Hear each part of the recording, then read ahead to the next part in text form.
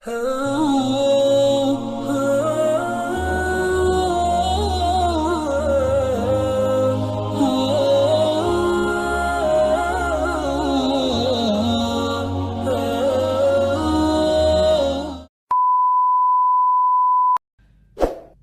sesuatu yang kita tidak bisa menjangkaunya. Daripada kita telepon sana, telepon sini. Karena walaupun kita telepon, kalau Allah tidak menggerakkan, tidak jadi itu pertolongan. Jelas sahabat-sahabat sekalian? Jadi kalau ingin jodoh bagaimana? Sholat. Kesini ya, saya tahu ada sebagian di antara ikhwan ini yang memang dalam pencaharian ya. Betul? Dari auranya terbaca. Tapi udah nggak bisa kalau nggak ditolong Allah. Kalau saudara sudah dandan stakar kebek gitu ya, dibuat enak mah enak aja orang lihat kita. Karena yang membulak-balik hati adalah Allah. Ingat ini ya, supaya kita yakin. Kita kalau sudah begitu tidak akan jaim di depan atasan. Wah, saya akan kerja bagus di depan atasan. Dah atasan dibikin enak mah enak. Lihat saudara tuh. Kalau mau alhamdulillah izin Allah tak batuk ya. Berarti saya harus minum ya kan? Alhamdulillah. Nah, saudara lihat saya minum tuh minum sendiri. Enggak boleh gitu, dengki namanya hadirin.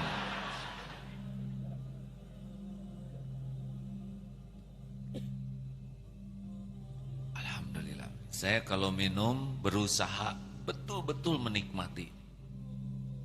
Karena memang nikmat. Madu hangat. Sambil minum, aduh kerasa kesini manisnya ngepas. Sambil ingat lebah, pulang anting demi rezeki saya ini. Jadi saudara ikut bahagialah saya minum ya. Alhamdulillah. Jadi kalau kita mendengar sesuatu yang mencemaskan, Allah dulu. Nah, di sana tapi disebutkan wasta'inu bis-sabri. Sabar itu menahan diri. Sabar itu mengendalikan diri supaya celetukan kita, kata-kata kita, sikap kita tidak keluar dari yang Allah sukai. Itu sabar. Makanya kalau ditimpa musibah, qalu alladzina idza asabatkum musibah qalu inna lillahi wa inna ilaihi rajiun. Sabar itu pada pukulan pertama. Pukulan pertama apa? Kembali ke Allah. Kita ini milik Allah, semua urusan kembali ke Allah. Itu gerbang sabar. Delay ingat ke Allah, maka delay juga sabar. Cepat ke Allah, Allah tahu kita menyebut namanya, Allah tahu kita mengingatnya, dan diri kita ini sepenuhnya dalam kekuasaan Allah. Kalau Allah huwallazi anzala sakinah, turun sakinah ke hati kita, pasti tenang. Tidak ada yang bisa membuat tenang hati selain pemilik hati. Siapa? Allah Subhanahu wa ta'ala. Saya ini kesengsrem misalkan. Kita harus minta tolong ke Allah. Jangan-jangan yang disengsremin oleh sengsremnya saudara. Sengsrem tahu tidak?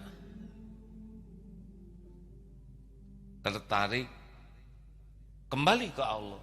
Jangan sampai saudara naksir yang tidak ada garis jodoh di hadapan Allah, di sisi Allah. Rugi ya enggak? Berarti enggak akan terjadi. Makanya kalau saudara suka ke seseorang, kembali ke Allah, ya Rob, ini teh jodoh bukan? Atau kalau bukan mah nggak usah ditaruh suka di hati saya. Kenapa kita jadi suka ke seseorang? Boleh jadi kita tidak jaga pandangan, meletet. Allah tahu kita lagi ngelirik, tanam aja oleh alternaksir, padahal dia calon istri sahabat karib saudara. Aduh, horor ini hancur. Kenapa ngelihat saya? Maksudnya kalau saudara tertarik ke seseorang, kembali ke Allah. Pertama mah hanya Allah yang tahu itu jodoh bukan. Dan yang kedua yang bisa ngejodohinnya juga Allah. Tidak ngepek hadirin.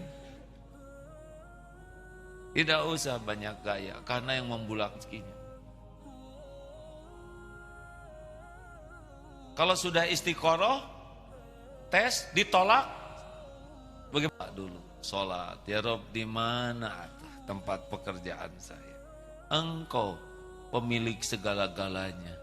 Beri saya pekerjaan yang halal, barokah, yang pekerjaannya jadi ibadah, yang pekerjaannya membuat saya dekat denganmu, yang pekerjaannya bisa jadi dakwah. Engkau pemilik segala-galanya. Aduh, halo, lihat tidak saudara di musola sambil begitu, sambil ngedeprok capek. Capek ya Allah.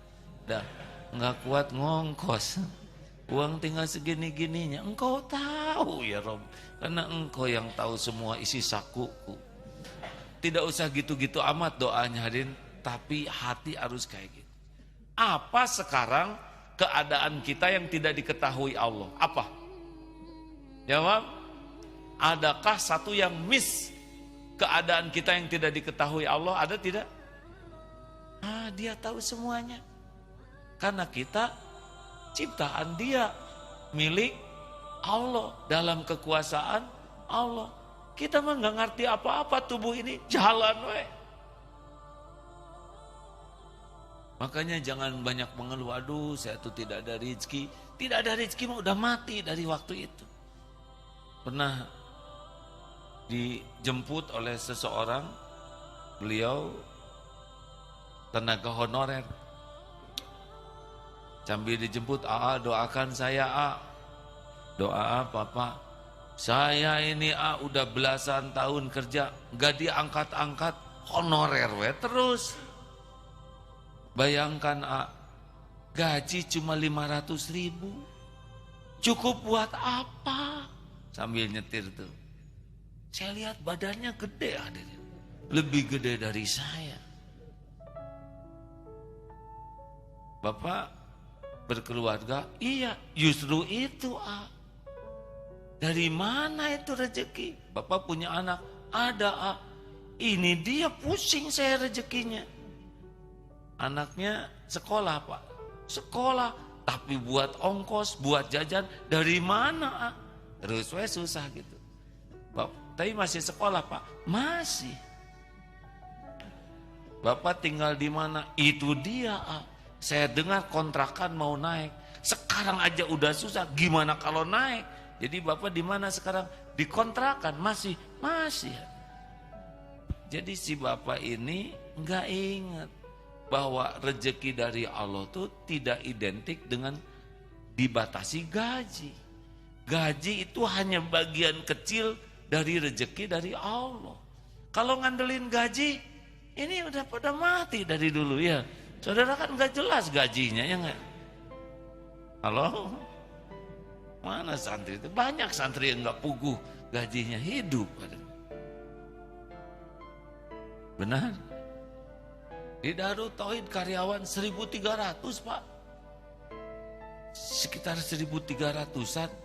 Ada yang nanya, gimana mikirin gaji buat karyawan? Enggak dipikirin. Dah mikir juga pusing hadirin. Kan karyawan bukan bikinan saya. Karyawan itu ciptaan Allah semuanya. Dan ketika diciptakan itu teman-teman yang jadi santri karya, dia diciptakan udah lengkap dengan rezekinya.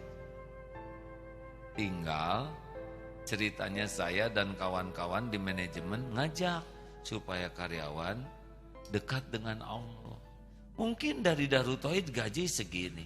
Tapi kan Allah membuka rezeki dari mana saja.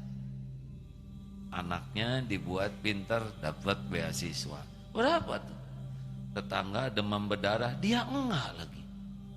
Giliran ke dokter, kata dokter, hari ini saya sudah berikrar tidak akan meminta bayaran, bahkan mau sedekah kepada yang dapat tuh. Oh beneran hadirin. Tapi saya mah nggak kebeli motor. Datang. Ini saya ada motor nganggur, pakai aja. Bisa tuh. kontrakan susah, tinggal dibalikan hati yang punya rumah. Ade di mana tinggal? Di Darut Tauhid. Ada rumah? Enggak. Udah tinggal aja di rumah saya. Bisa jadi gitu tuh. Tinggal dibulak-balik hati orang. Betul? Kan setiap orang milik Allah. Hitung berapa tuh. Jadi jangan suka ngunci ke gaji, hadirin. Kalau ngandelin gaji, banyak yang tidak jelas gajinya, banyak anaknya. Ya.